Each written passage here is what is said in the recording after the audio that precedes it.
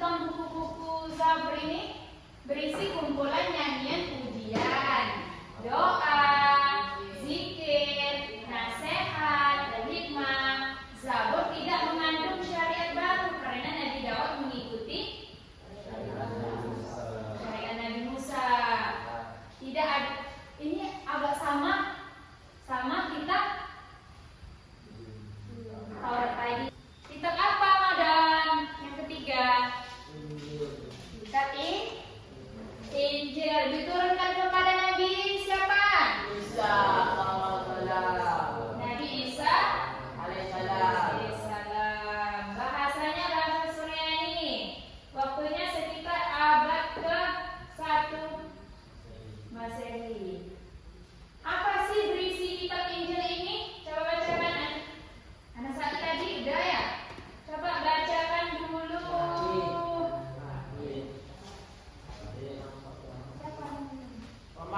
Rahman, coba bacakan. Ajarannya berisi tentang apa aja?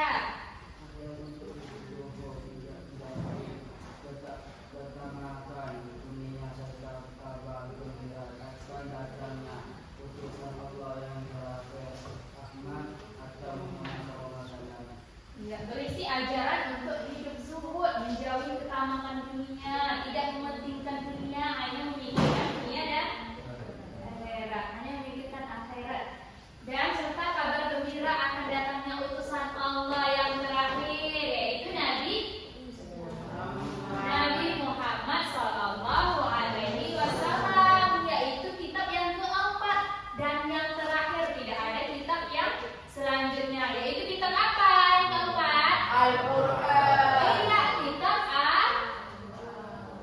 Al-Quran. Kitab Al-Quran yang telah kita diturunkan kepada Nabi Muhammad.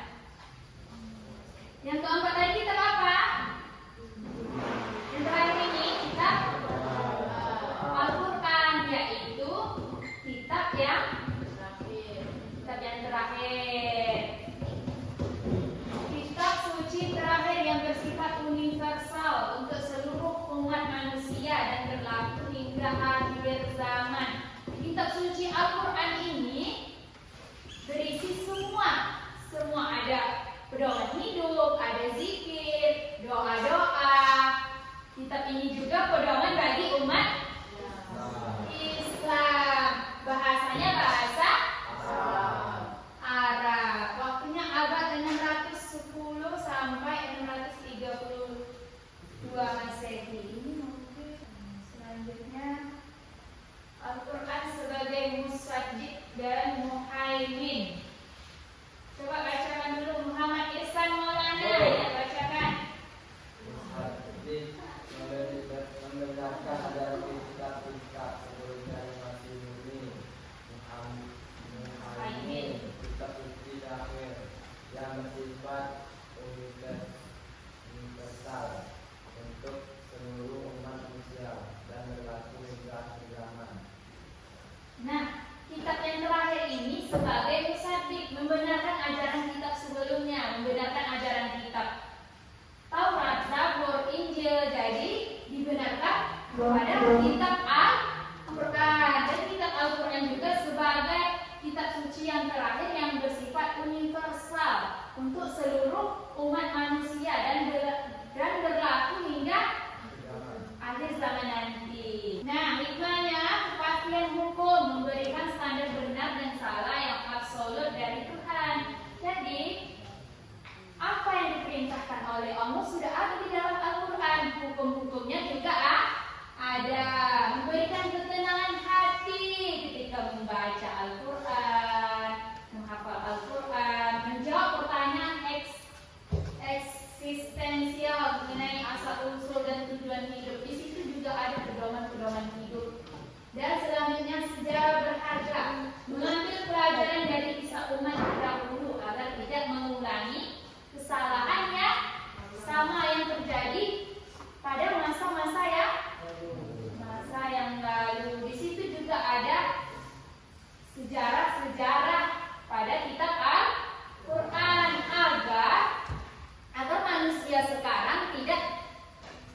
mengulangi kesalahan yang sama.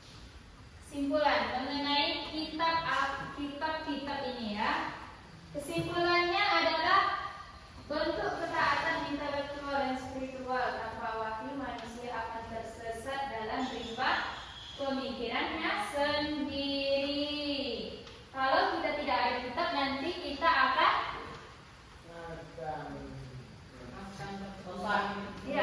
sesat. Jadi makanya diturunkan kitab, terutama kitab Al-Quran agar menjadi pedoman hidup. Nah, dari kesimpulan tadi, ibu mau anak-anak ibu berdiskusi. Jadi kalian bentuk kelompoknya masing-masing. Minimal di dalam kelompok itu ada 4 orang dan ataupun 3 orang paling sedikit ya. Oke, bentuk kelompoknya terlebih dahulu. Nah, udah dibentuk kelompoknya. Ya. Oke, nah di sini ibu akan bagikan kertas setiap kelompok ya.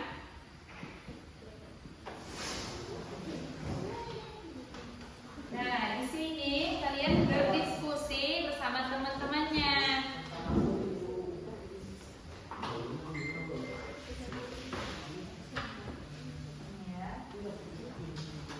Ini kalian berdiskusi bersama-sama. Nih, diskusi ya.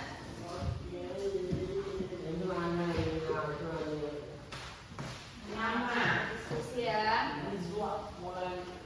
Nah, ibu kasih waktunya berdiskusi selama 15 menit. Nah, coba berdiskusi bersama teman-temannya. Ini kelompok 1, kelompok 2, dan kelompok 3 ya. Apakah kelompok 1 ada kesulitan? Tidak ada. Nah, ini yang C, lima beriman kepada Allah belum dibuat kan? Belum. Nah, ini C, 5 beriman. Apakah anak-anak sudah siap berdiskusi? Nah, setiap masing-masing kelompok presentasi ke depan ya. Yang pertama dulu kelompok 1 ke depan presentasi. Warahmatullahi wabarakatuh. Waalaikumsalam warahmatullahi wabarakatuh. Kami dari kelompok 1 ingin mempresentasikan hasil diskusi kami. Yang pertama, pengertian iman kepada kitab-kitab Allah. Iman kepada kitab-kitab Allah adalah mempercayai dengan sepenuh hati bahwa Allah Subhanahu wa taala telah menurunkan kitab-kitab kepada para rasulnya sebagai petunjuk dan peringatan bagi manusia agar menemukan jalan yang benar. Kitab-kitab tersebut adalah firman Allah yang benar dan wajib kita imani kebenarannya. Kedua, nama-nama kitab Allah dan Rasul berikutnya. Istilah akan berikut dengan jawaban yang tepat. Nama kitab, nama Rasul berima wahyu. 1. Al-Taurat Nabi Musa alaihissalam. 2. Zabur Nabi Daud alaihissalam. 3. Injil Nabi Isa alaihissalam. 4. Al-Quran Nabi Muhammad sallallahu alaihi wasallam. Dari kepada kitab-kitab Allah. Ketiga orang Allah. 1. Meningkatkan hikmah dan persatuan kepada Allah Subhanahu wa taala. Menambah wawasan dan ilmu pengetahuan, menjadi pedoman dan agar hidup harga selamat dunia akhirat, menambahkan rasa hormat kepada Rasul. Tuliskan dua contoh sikap nyata sebagai orang yang beriman kepada kitab-kitab Allah, rajin membaca Al-Quran, mengamalkan isi kandungan Al-Quran dalam kehidupan sehari-hari. Nah, semua tadi sudah tampil maju ke depan menampilkan presentasinya, hasil diskusinya. Tadi yang pertama tadi